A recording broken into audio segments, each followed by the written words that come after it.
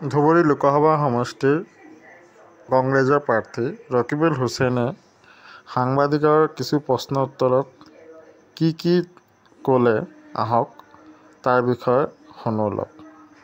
হিমন্ত বিশ্ব শৰ্মা ডাঙৰীয়াৰ বিৰুদ্ধে অনাস্থা দিছে। আমাৰ বদৰুদ্দিন আজমল ডাঙৰীয়া যিমান সোনকালে সংসদ যাব সিমানেই মানুহ নিৰাপত্তা বুলি ভাবিব। সেইকাৰণে আপোনালোকে চাওক, এই ছিজন গৰমত এইবাৰ মোৰ 5 নম্বৰ মিটিং একেখিনি মানুহ নহয়, বাৰে বাৰে সিমান তাতকৈ বেছি মানুহ আহে। এইখিনিতে আপোনাৰ বদৰুদ্দিন আজমল ডাঙৰীয়াই মিটিং পাতিছিল, ইয়াত আহিছিলে মাৰপিট কৰিলে তেওঁৰ মানুহ নোহোৱাৰ কাৰণে। গতিকে তেওঁৰ লগ সকলোৱে এৰিছে, আমাৰ মাজলৈ আহিছে। আমি ককাই ভাই দৰে একেলগে থাকিম, মানুহক নিৰাপত্তা দিম, গৰাখহনীয়াকে আদি কৰি যিবিলাক সমস্যা আছে সমস্যা সমাধান কৰাৰ কাৰণে আমি আন্তৰিকতাৰে চেষ্টা কৰিম। সেইকাৰণে ৰাইজে আমাক বিশ্বাসত লৈছে আৰু আপোনালোকে দেখিছে যে আজি ইয়াত চৌদিশে কংগ্ৰেছ সকলো মানুহ। বদৰুদ্দিন আজমলে নিজৰ দলীয় কৰ্মীক চৰ মৰা কথাটোৰ কি মন্তব্য দিলে ৰকিবুল হুছেইনে?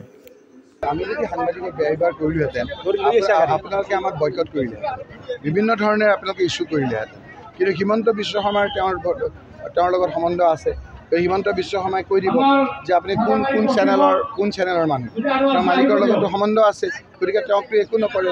এইবিলাক মূৰটো কিয় গৰম হয় মানুহৰ, যেতিয়া আপোনাৰ মাটিত ভৰিখন নাথাকে, তেওঁ টোপনি থাকে। সেইকাৰণে তেওঁক মই কৈছোঁ, ভগৱান আল্লাহ তেওঁক সুমতি দিয়ক। হাৰা জিকা আছে, তেওঁ হাৰিছে আৰু অলপ মাটিত কামি মানুহৰ খোজ ল'ব।